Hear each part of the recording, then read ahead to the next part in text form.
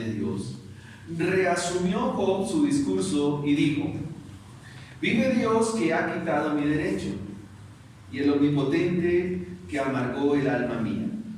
Que todo el tiempo que mi alma esté en mí y haya hálito de Dios en mis narices, mis labios no hablarán iniquidad, ni mi lengua pronunciará engaño. Nunca tal acontezca que yo os justifique. Hasta que muera, no quitaré de mí mi integridad. Mi justicia tengo asida y no la cederé. No me reprochará mi corazón en todos mis días. Amén. El estudio del libro de Job es el estudio acerca de Dios mismo. El pensamiento más grande que puede tener la mente humana es el pensamiento acerca de Dios. Quiero que eso lo tenga en mente. Y la palabra más importante de cualquier idioma debe ser la palabra de Dios. Pensar de esta manera significa cambio en nuestra manera de orar. Si tú piensas en Dios, si tú hablas conforme a la palabra de Dios, entonces nuestra manera de orar será distinta. Nuestra manera de vivir en Cristo Jesús será diferente. Y esto tiene que llevarnos como iglesia a conocer a Cristo. Recuerden, hermanos, que Cristo es la imagen del Dios invisible. Es por eso que alguien dijo esto que me llamó la atención. El concepto cristiano acerca de Dios está debilitado. Está muy por debajo de la dignidad que demanda el Evangelio. Para los cristianos evangélicos, esto constituye una calamidad moral. El concepto falso y equívoco de Dios en la iglesia es el punto de partida para que una iglesia se corrompa, y es el punto de inicio para que la iglesia se vuelva una iglesia decadente.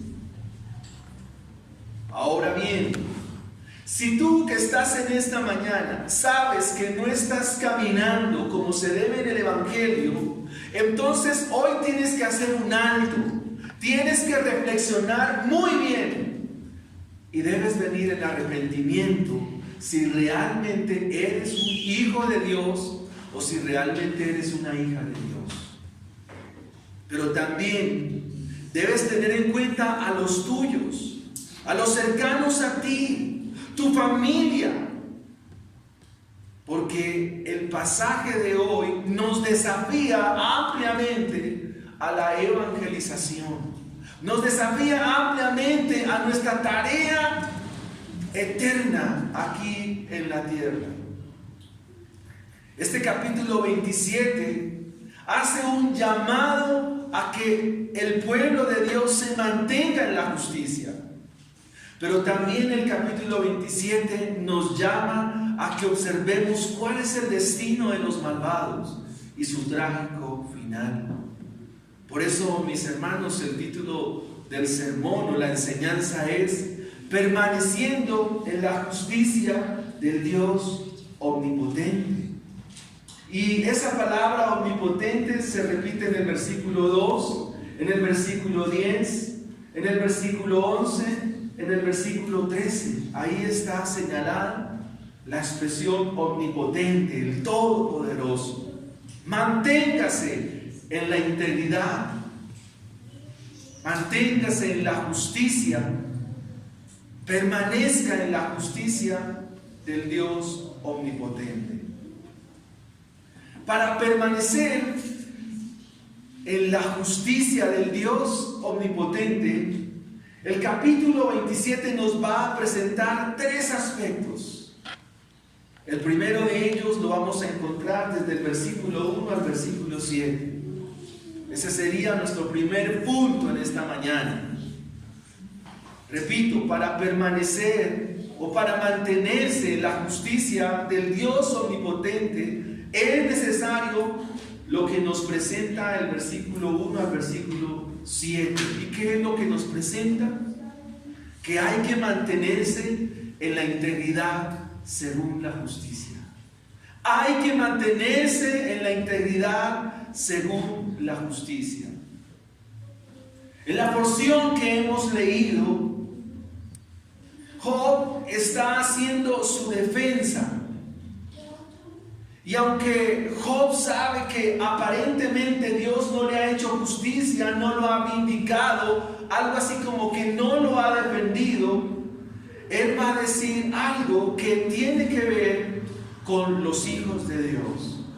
Y él va a decir que él no va a hablar engaño. El versículo 4 dice: mis labios no hablarán iniquidad, ni mi lengua pronunciará engaño. Y nunca voy a apartarme, nunca quitaré de mí mi integridad. El versículo 5 dice: yo a ustedes no los voy a justificar.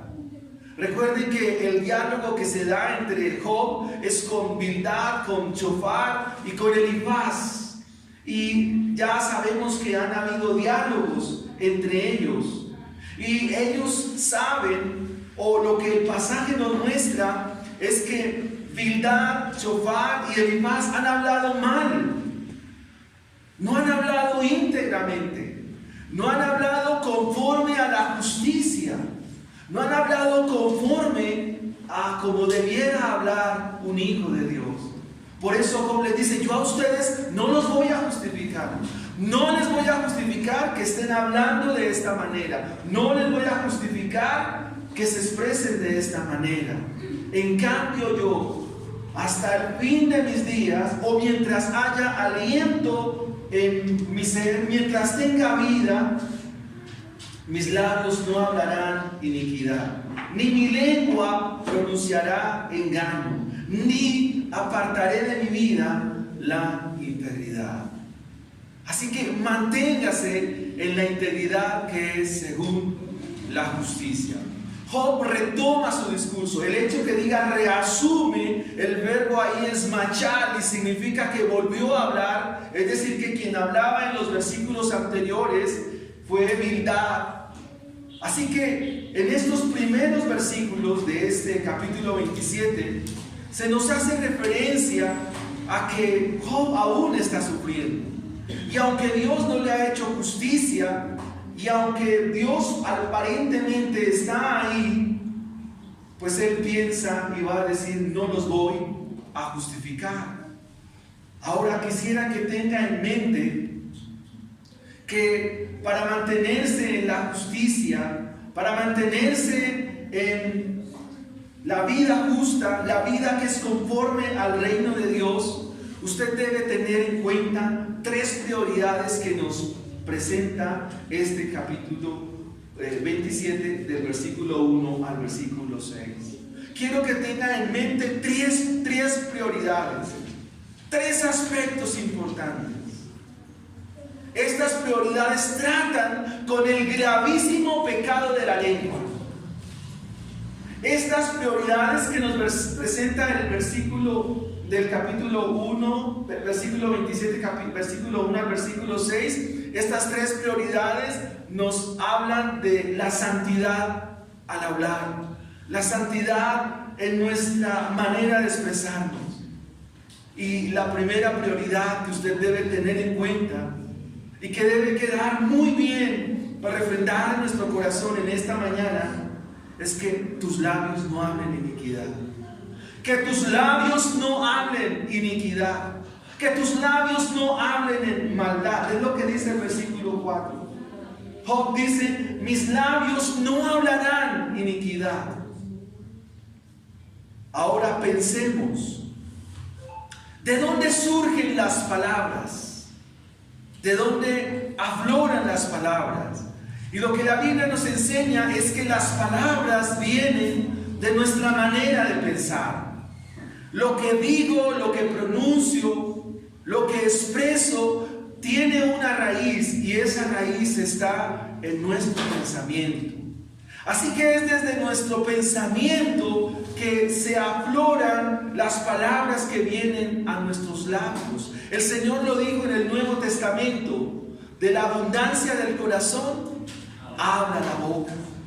Así que realmente lo que está detrás de las palabras es el pensar correctamente acerca de Dios. Si nosotros no pensamos acerca de Dios, recuerde la introducción, podemos entrar en decadencia. Comenzamos a devaluar y a debilitar el Evangelio. No porque el Evangelio sea débil en sí mismo, sino quienes lo representamos comenzamos a debilitarlo con nuestra manera de hablar. Pensar correctamente para con Dios es nuestro principal deber. El objetivo inmediato tuyo y mío, de nosotros como cristianos, es que pensemos en Dios. Y pensar en Dios es pensar en su palabra. Queridos hermanos, el pecado también permeó terriblemente nuestra manera de hablar. Por eso hablamos con doble sentido. Por eso hablamos con malicia. Por eso hablamos con escarnio. Es decir, a veces de forma burlesca. Por eso nosotros nos justificamos. ¿Sabía, hermano, que justificarse es una manera de hablar engaño? Cuando te preguntan por qué no has hecho esto y tú sacas una excusa, eso es pecado.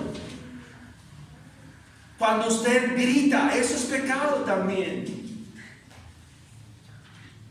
Si tú y tus hijos están hablando en iniquidad, se requiere del Evangelio. Si hablamos con doble sentido, o si yo escucho que los míos, que mi familia no son correctos en su manera de hablar, es necesario del Evangelio. Se requiere del Evangelio. Ahora, ¿qué es lo que hace el Evangelio?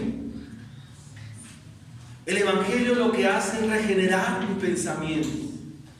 De hecho, la palabra que usa Pablo en la carta a los Romanos en el capítulo 12, versículo 12 es renovados en vuestro entendimiento. Y la palabra que se usa allí es metanoia, es cambio de mente. Esto nos llevará como creyentes a que todo el tiempo estemos pensando en Dios y en su palabra. Y por supuesto, nos llevará a pensar, y pensar bien es hablar bien. Como dice un adagio popular, no hablamos para pensar, sino que ahora pensamos para hablar. La Biblia nos enseña y nos da muchas maneras para hacerlo y tomar el buen consejo de Job, imitar a Job en su manera de expresarse frente a los cuestionamientos de Bildad, de Elifaz, de Chofar. El Salmo 119 usa expresiones como medite, piense, atesore, guarde. Todas estas palabras son sinónimos. Todas estas palabras hacen referencia a lo mismo. Y es que las palabras de Dios estén siempre en mi mente. Por ejemplo, el Salmo 119, versículos 15 al 16 dice: en tus mandamientos meditaré, consideraré tus caminos, me regocijaré en tus estatutos, no me olvidaré de tus palabras. Y quiero que en esta mañana usted piense, hermano, piense muy bien. ¿Usted piensa en Dios? ¿Ustedes, hermanos, piensan en Dios?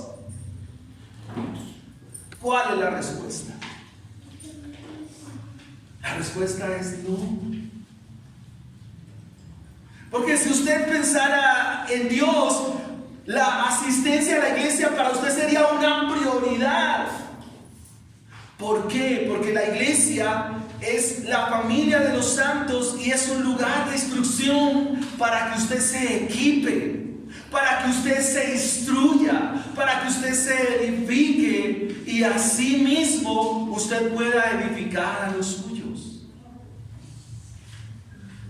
Eso es pensar en Dios. Pensar en Dios significa tener en cuenta qué días son los discipulados de la iglesia y acudir a ellos. Pero a veces no lo hacemos. Pensar en Dios significa tener presente ¿Cuándo es el día de la enseñanza, de la instrucción bíblica? ¿Para qué? Para que yo sea edificado, para que el evangelio brille más en mi vida, para que como creyente yo me parezca más a Jesucristo, para que como creyente haga las cosas como Jesús las hizo. ¿Saben qué significa la fidelidad, hermanos? ¿Saben qué significa ser fiel en la Biblia? Ser fiel en la Biblia significa parecerse más y más a Jesús, porque Él es el modelo, Él es el referente.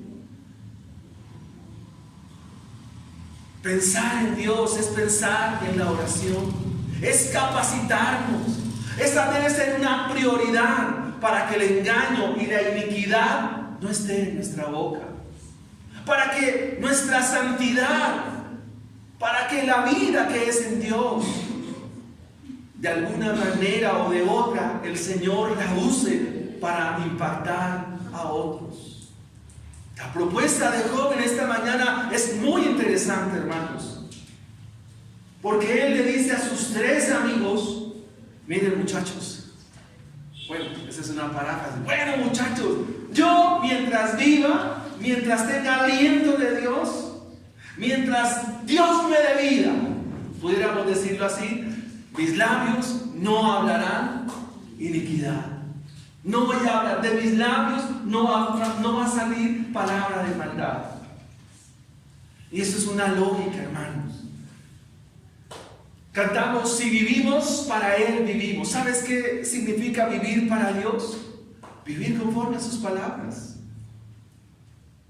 Ahora, la segunda prioridad que nos da este primer punto corresponde a que nuestra lengua no pronuncie engaño. Miren, hermanos, yo le decía a Raquel y a María José esta semana, les decía: si yo le hago monerías a un invidente, ¿él las va a ver? No, pero estoy pecando contra Dios. Si yo le digo palabrotas a una persona que es sorda, esa persona no va a escuchar las palabrotas que yo le diga, pero ¿quién las está escuchando? Dios. ¿Cuántas veces nosotros hemos pensado en hacer cosas para la obra de Dios y finalmente no las hacemos? Quiero decirle que usted ya pecó. El Salmo 139 dice: no hemos pronunciado palabra y he aquí tú ya las sabes. O sea, el hecho de que tú ya hayas pensado las cosas es como si las hubieses hablado. Aléjate de hablar el engaño. Si tus hijos tú los escuchas que no son veraces, que están diciendo mentiras, necesitas el evangelio, preséntale los mandamientos, porque esa es la propuesta de este capítulo 27. Mientras yo tenga vida, mientras yo tenga existencia, mi lengua no pronunciará engaño alguno. Esto es lo que llamaríamos pensar bíblicamente. El Salmo 34, versículos 11 al 14 dice: venid, hijos. Es un padre que es creyente, es un papá cristiano, muy buen creyente. Y lo que dice es: vengan, hijos, el temor de Jehová os enseñaré. Y lo primero que este padre creyente enseña a sus hijos, en este Salmo 34, si gusta puede anotarlo ahí, dice en el versículo 11: venid, hijos, el temor de Jehová os enseñaré. ¿Quién es el hombre que desea vida, que desea muchos días para ver el bien? Versículo 13: guarda tu lengua del mal y tus labios de hablar engaño. Apártate del mal, haz el bien, busca la paz y síguela. Recuerden, hermanos, que la voluntad del Señor para nuestra vida es la santificación, y la santificación pues va a envolver nuestra manera de hablar.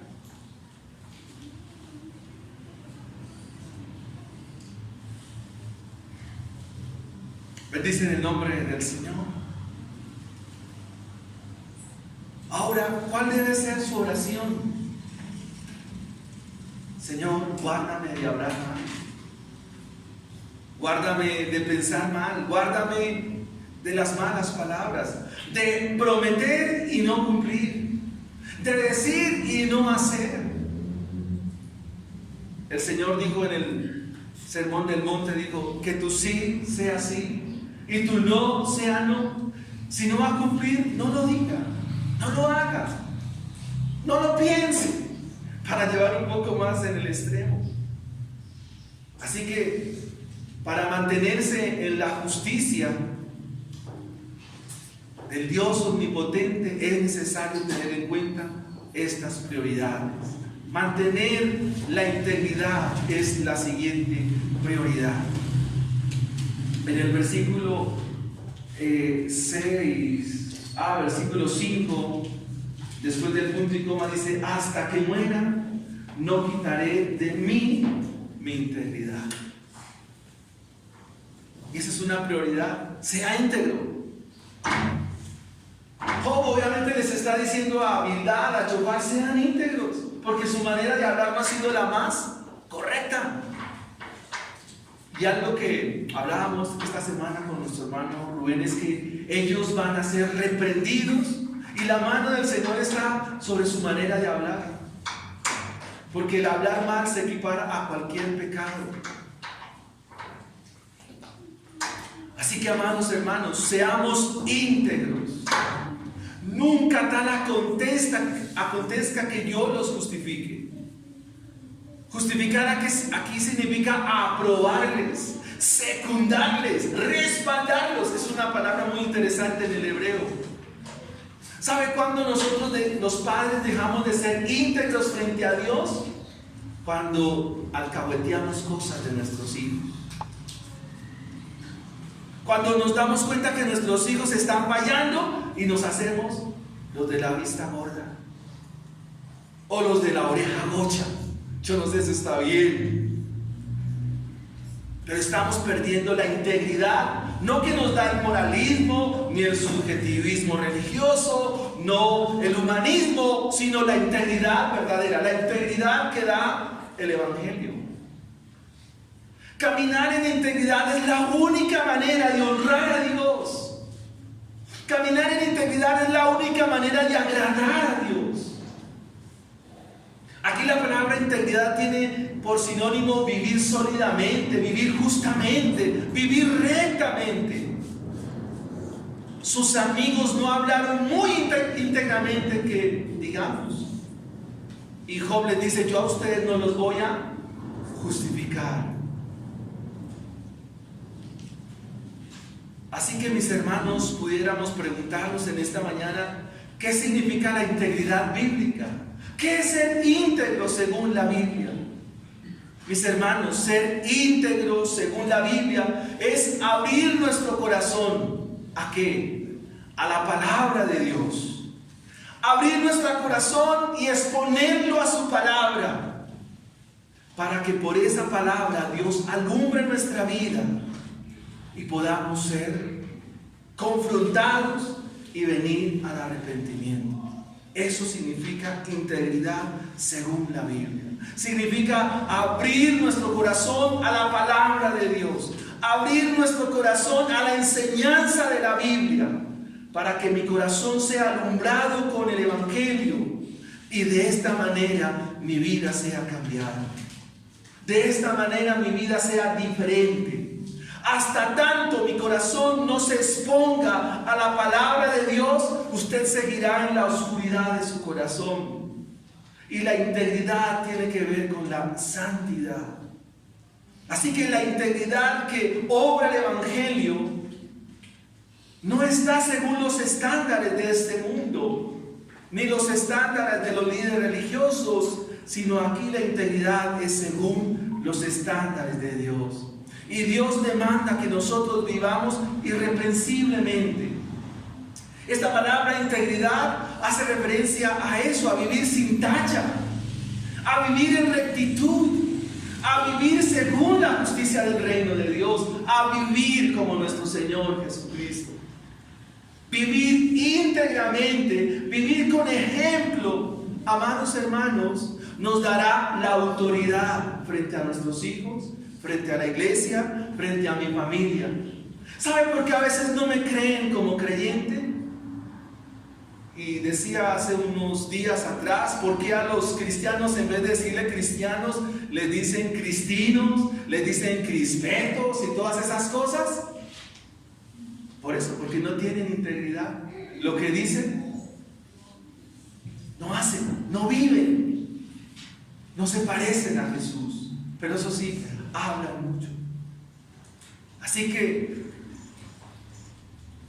es importante que tengamos acá en cuenta esto que nos propone el libro de Job. Si es así, si nuestra boca no habla engaño, si nuestra boca se aparta de toda iniquidad y si vivimos íntegramente, entonces podemos decir que nuestra vida está reflejando a Cristo Jesús. Mire lo que dice el versículo 6. Mi justicia tengo asida y no la cederé. Eso es equivalente a decir, mi vida cristiana no se la cambio por nada ni por nadie. ¿Por qué? Porque, hermanos, la vida cristiana es el mayor tesoro que tú tienes. La vida cristiana es nuestro mejor, nuestro alto mural, es una valla. La vida cristiana es el ornamento, es el decoro. La vida cristiana, la vida justa, no se puede cambiar. Job dice, mi justicia la tengo de la mano, la tengo agarrada, no la voy a cambiar. En otras palabras, el testimonio tuyo como creyente, como hija de Dios, como una mujer cristiana, o como niños cristianos, o como jóvenes cristianos, vale muchísimo. Y debes trabajar por sostenerlo hasta el fin de tus días. Mateo 24 dijo, el que persevere hasta el fin, este será salvo. Es decir, quien pueda llegar. Y aquí implícitamente se nos presenta una de las doctrinas de la gracia. Y se llama la preservación de los santos. La preservación de los santos. La perseverancia de los santos. ¿Por qué un santo puede perseverar? Porque Dios lo ha preservado. Y llegará al final de sus días. Porque Jehová conoce el camino de los justos. Dios sabrá cómo terminarás la carrera en esta vida. ¿Cómo? Guardando la fe, peleando la buena batalla. Así se termina. Tengo mi justicia, tengo mi vida cristiana. ¿Por qué cambiar la vida cristiana por un miserable plato de lentejas de este mundo? Tu vida cristiana vale mucho, hermano, para que la pongas en tela de juicio, para que la cambies por tus amistades, por tus amigos que ni siquiera son creyentes. Para que estén denigrando de usted y estén diciendo, pero mire, este es cristiano, pero mire con las que sale. No, hermano, piense con cordura, piense según el Evangelio, seleccione bien a sus amigos, a sus amistades. No cambie la vida cristiana. Mi justicia la tengo asida y no la cederé. Mire, es muy interesante el libro de Job. De aquí para adelante el libro se pone muy bueno. ¿Por qué? Porque ellos son tres teólogos que vienen a hablar de Job, entre comillas, siendo los muy, pero terminan siendo los muy mal. Ellos se supone que eran los cristianos que venían a consolar a Job. Por eso lo que dijo nuestro hermano Rubén en un sermón fue muy interesante. Lo mejor que pudieron hacer fue haberse quedado callados. La embarraron cuando comenzaron a hablar. Y ahí fueron perdiendo su integridad. Quien piensa de esta manera, quien vive en la justicia del reino de Dios, quien está ahí, amados hermanos, no habrá reproche en su corazón.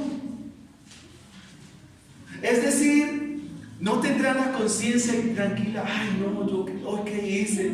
No, me junté con tal persona y a la verdad, ¿por qué me puse a hablar con esa persona que ni cristiana era y todo lo que le escuché como que no era de Dios y va ahí enrolado?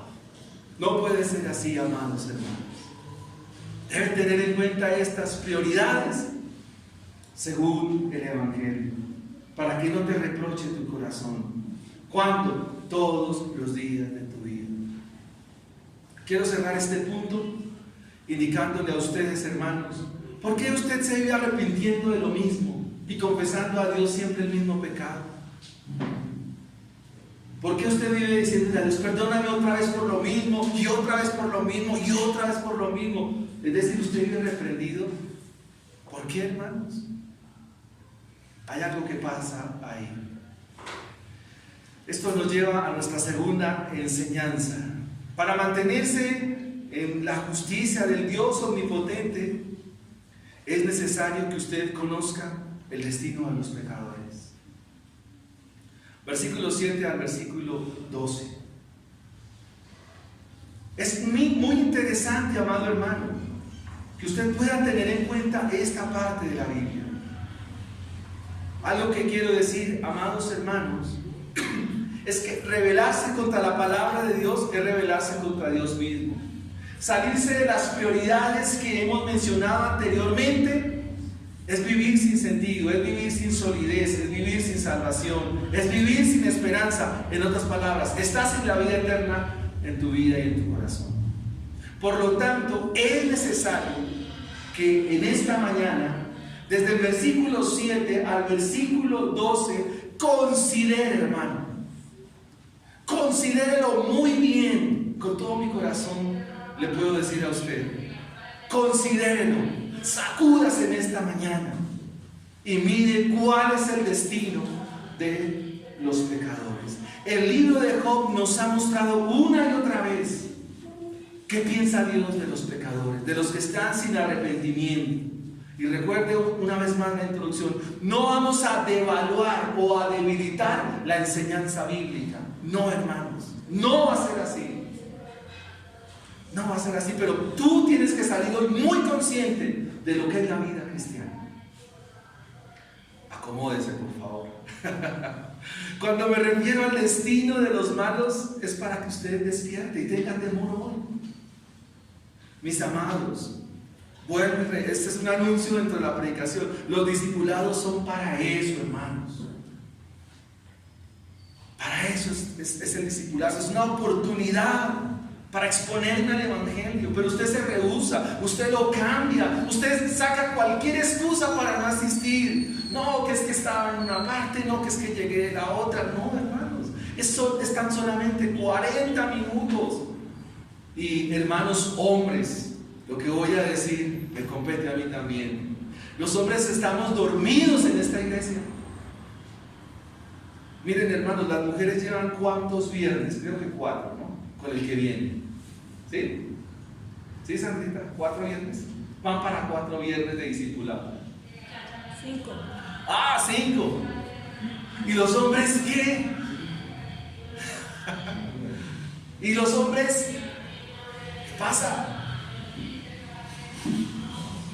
Así que, hermanos, consideremos. Ten en cuenta lo que dice el versículo 8. Miren, léalo muy bien. Porque ¿cuál es la esperanza del impío? Job se está refiriendo a sus amigos, que no son creyentes. ¿Cuál es la esperanza del impío por mucho que hubiere robado cuando Dios le quitare la vida? Miren, hermanos, estas palabras aquí son tremendas. Porque si usted mira bien el por qué es el argumento de lo que se dijo atrás, de no estar en la integridad del reino, y le dice cuál es la esperanza del impío. Impío en la Biblia es aquel que no conoce a Dios.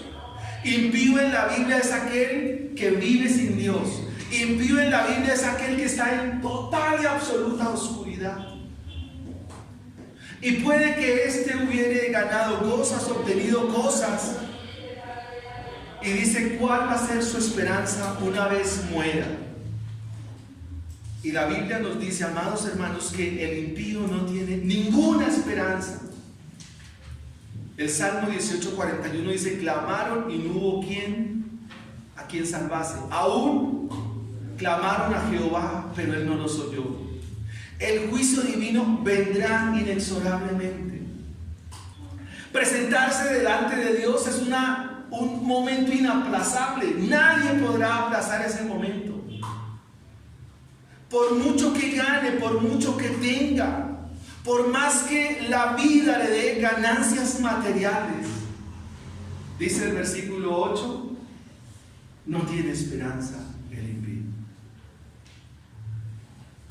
Nunca tendrá esperanza. Mateo 16:26, porque ¿qué aprovechará el hombre si ganare todo el mundo y perdiere su alma? ¿De qué le valdría al hombre tener tantas cosas en esta vida? Incluso una familia numerosa, si finalmente no es un creyente. ¿De qué serviría esto? Versículo 9. ¿Oirá Dios su clamor cuando la tribulación viniere sobre él? ¿Se deleitará el omnipotente? Dios a los únicos que escucha son a sus hijos. Por eso, hermanos, tenemos que entrar a mirar quién es Dios. Y lo que la Biblia nos dice es que Dios no escuchará a ninguno que esté sin su Hijo Jesucristo. ¿Oirá Dios su clamor cuando la tribulación viniere sobre él? La respuesta es no. ¿Se deleitará el omnipotente en la oración de ellos? La respuesta es no. Eso dice la Biblia. Ahora, la contraparte de este versículo es poder observar, amados hermanos, que la oración de los hijos de Dios para Dios es un deleite. Proverbios 15:18 dice: el sacrificio de los impíos es abominación a Jehová, mas la oración de los rectos es su gozo. O sea, cuando ustedes oran, Dios se goza en ello. Dios se deleita en la oración de su pueblo, pero para Él es ofensivo. Para Dios le es molesto. Es como címbalo que retiñe cuando ora un impío. Pero cuando oran sus hijos, para Él es motivo de deleite, motivo de gozo. Y pensar que también estamos flojos en la oración. La Biblia nos amonesta también a orar. Así que Dios, claro que escucha los justos, porque así está escrito. Claman los justos, ¿y qué hace Jehová? Oye, ¿y de qué los libra? De todas sus angustias. Cercano están sus oídos a quienes, a la oración de su pueblo. R.C. Sproul decía en un comentario que leí esta mañana que la oración de un impío será recibida si su oración es de arrepentimiento y es con fe. Miren lo que dice Jeremías 14:11, Jeremías 14 del 11 al 12. El Señor me dijo: no ruegues por el bienestar de este pueblo. Cuando ayunen, no escucharé su clamor. Cuando ofrezcan holocausto y ofrenda de cereal, no los voy a aceptar. De esta manera, ¿por qué Jeremías está hablando de esta manera? Porque Judá, a quien escribe Jeremías, era una nación lejos de Dios. Isaías 1 nos da una descripción de lo que era la nación para ese tiempo. Jeremías predica durante más o menos 40 años y el pueblo nunca entendió. Job capítulo 27, versículo 11. Yo os enseñaré en cuanto a la mano de Dios, no esconderé lo que hay para con el omnipotente. Recuerda, hermano, que estamos considerando el camino de ¿quién? De los impíos. Ya hemos visto que Dios no los va a escuchar y que una vez se mueran no tendrán esperanza alguna de salvación. Ahora Job le dice estas palabras a sus 3 amigos. Yo les voy a enseñar a ustedes qué es la mano de Dios. Padres, hermanos, papás, hermanos. ¿Usted sabe qué es la ira de Dios? ¿Qué significa cuando Dios pone su mano? ¿Qué es lo que está diciendo el texto? ¿Usted como papá le enseña de la ira de Dios a sus hijos? Bueno, yo yo ya me arrepentí. Pero espero que usted lo haga en esta mañana. Salmo capítulo 7, versículo 11. Dios está airado todo el tiempo. ¿Contra quién? Contra el impío, contra el pecador. ¿Por qué suavizar tanto el Evangelio? ¿Por qué suavizar la Biblia tanto? ¿Por qué diluir? ¿Por qué minimizar el carácter de Dios?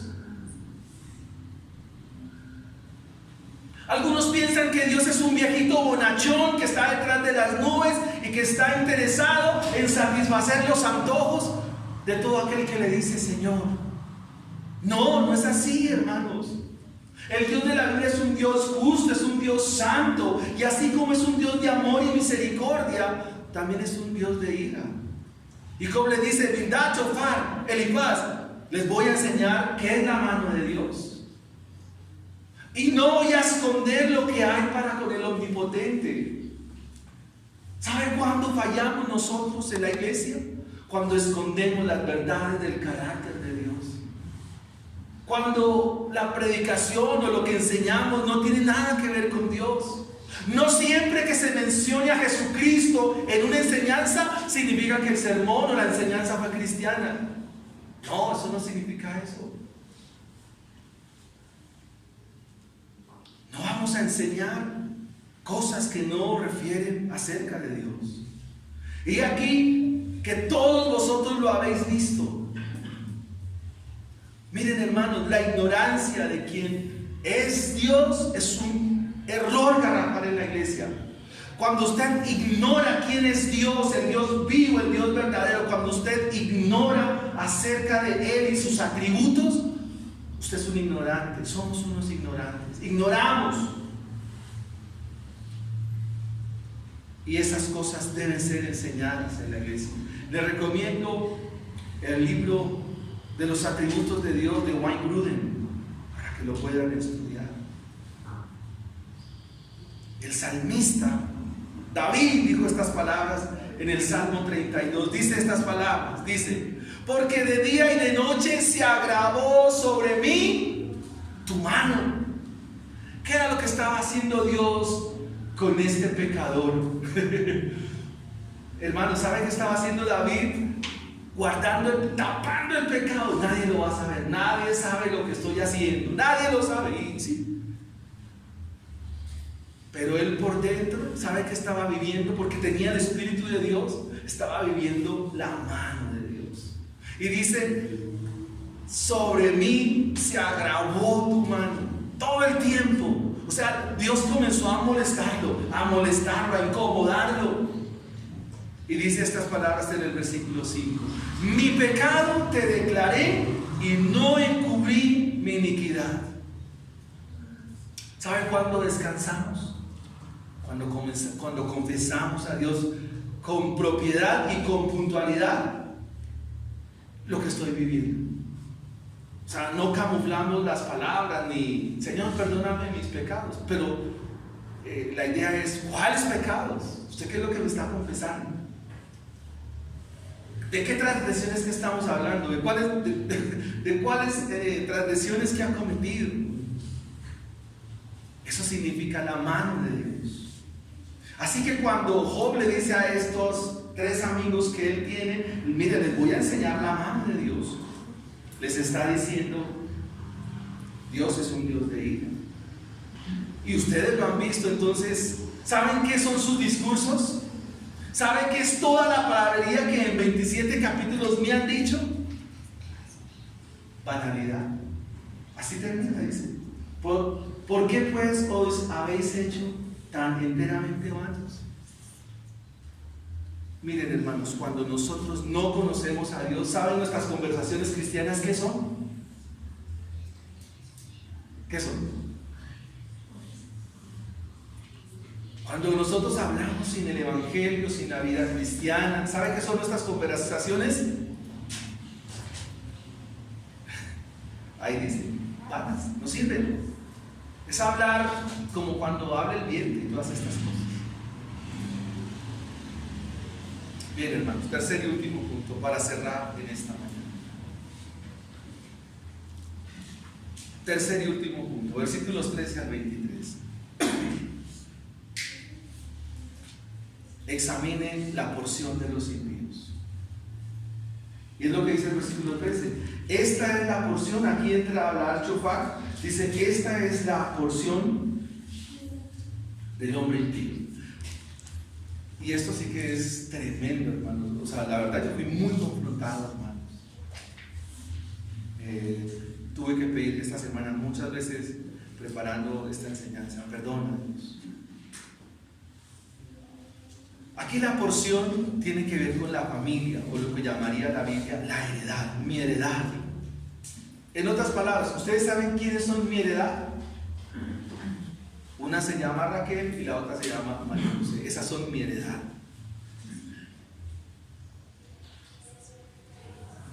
¿Usted sabe quién es su heredad? Me toca presentarle a sus hijos. Mire, le presenta a su hijo, a su hijo, a su hijo. Esa es la heredad.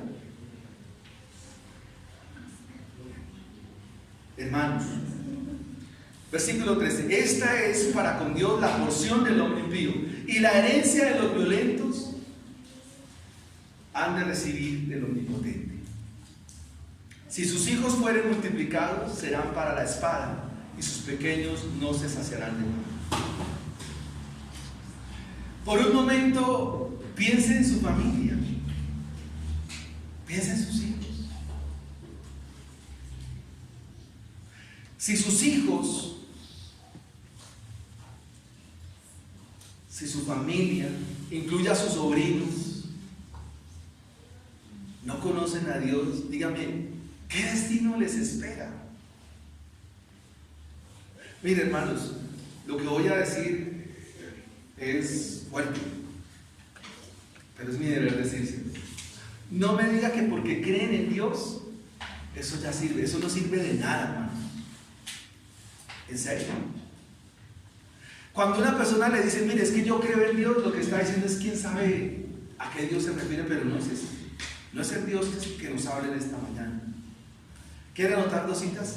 La primera de ellas la encuentra en Juan, en todo el Evangelio de Juan, pero yo saqué Juan capítulo 3, versículo 33. Miren, el que cree en el Hijo tiene la vida eterna. Pero el que se rehúsa a creer en el Hijo no verá la vida, sino que la ira del Padre está sobre él. O sea, ¿de qué le sirve creer en Dios si no cree en su Hijo? Sí, yo creo en Dios y eso no sirve, hermano.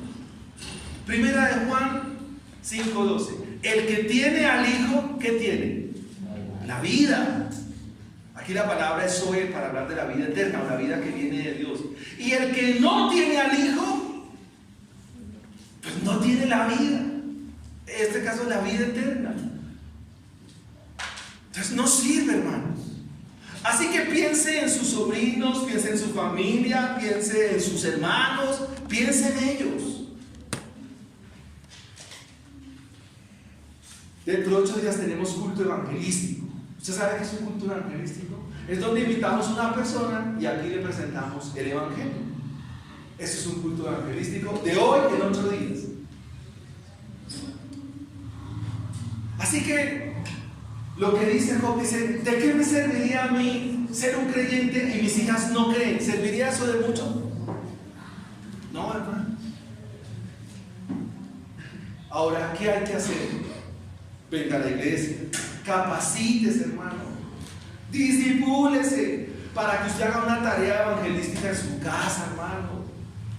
Aún hay vida, aún Dios nos concede hoy este día para llamar a nuestros hijos y presentarlos como mi esposa me dijo con mi papá, no le dé miedo hablarle a su papá, porque a uno le da miedo a veces, hermanos. Soy con esto en decirlo, pero hay que armarse de valor.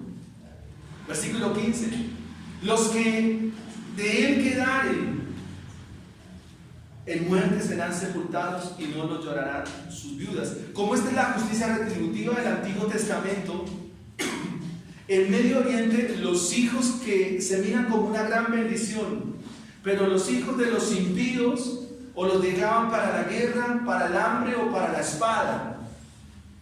Y como era confiando en esa justicia retributiva, ni siquiera los lloraban, porque como eran hijos de impiedad, eran hijos no de bendición, pues era como cuando una persona se muere y la entierran en una fosa común. Nadie sabe quién era ni quién lo lloró, no se sabe. O sea, por lo menos no tiene un sepelio. Así eran los hijos de aquel día. Aunque amontonen plata como polvo a los que les gusta la plata. Mi papá es uno de esos.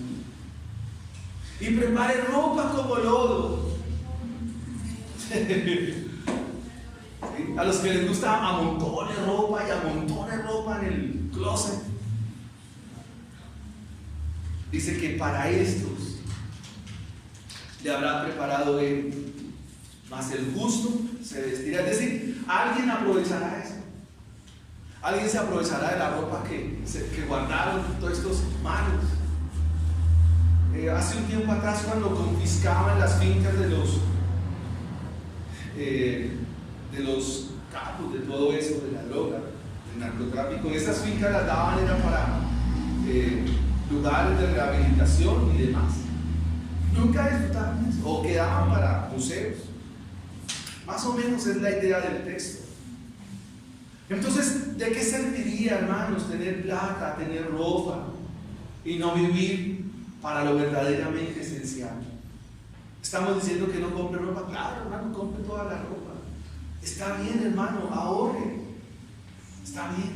Pero recuerde que donde está tu corazón, donde está tu tesoro, ahí estará tu corazón.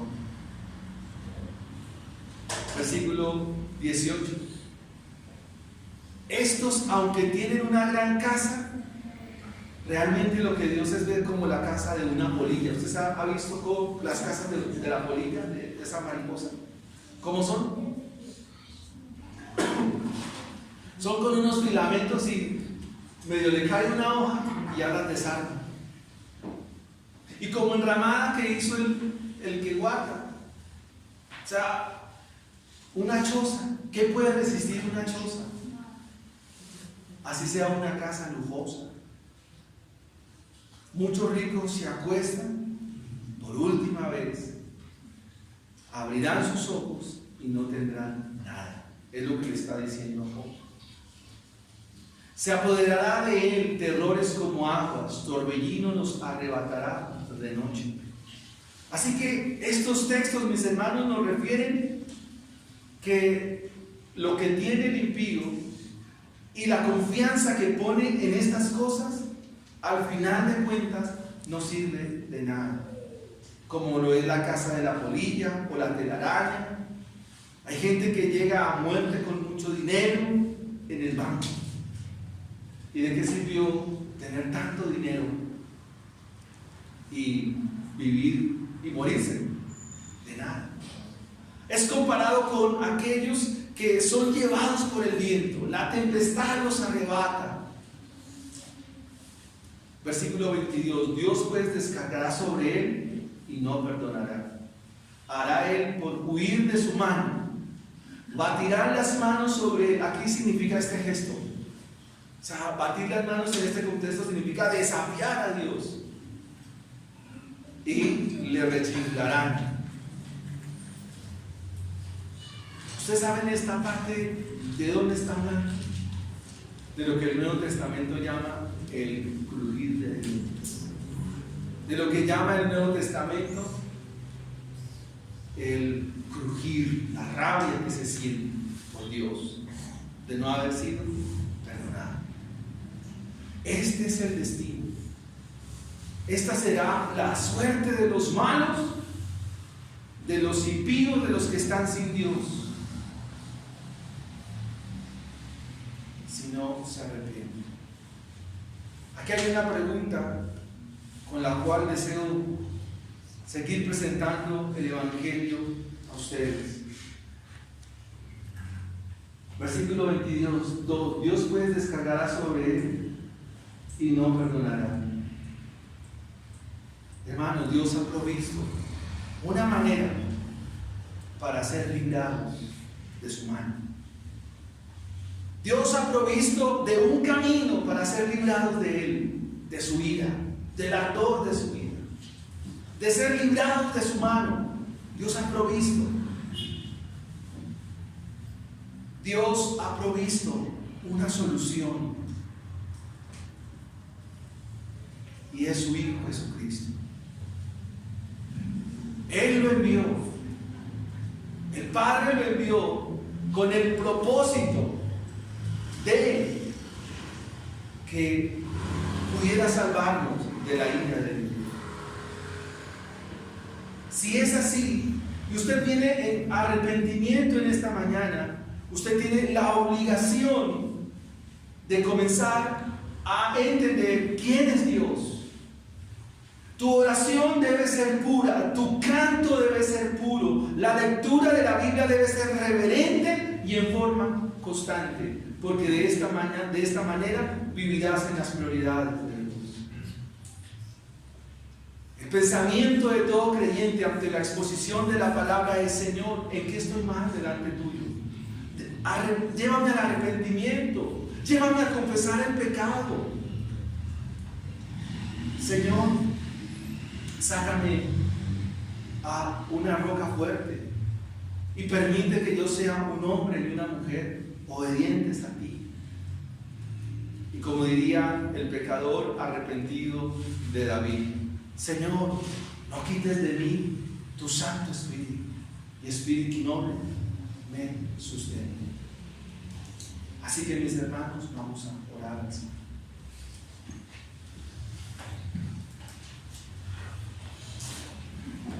Hay que vivir, hay que mantenerse en la justicia del Omnipotente. Le va a demandar responsabilidades a usted y a mí y a todos nosotros. Vamos a orar a Dios. Pongámonos en pie. Padre bendito que estás en el cielo, queremos darte gracias, Señor, en esta mañana. Padre, gracias por tu palabra, amonestativa, pero a la vez consolativa, porque tenemos grande consolación en Cristo Jesús.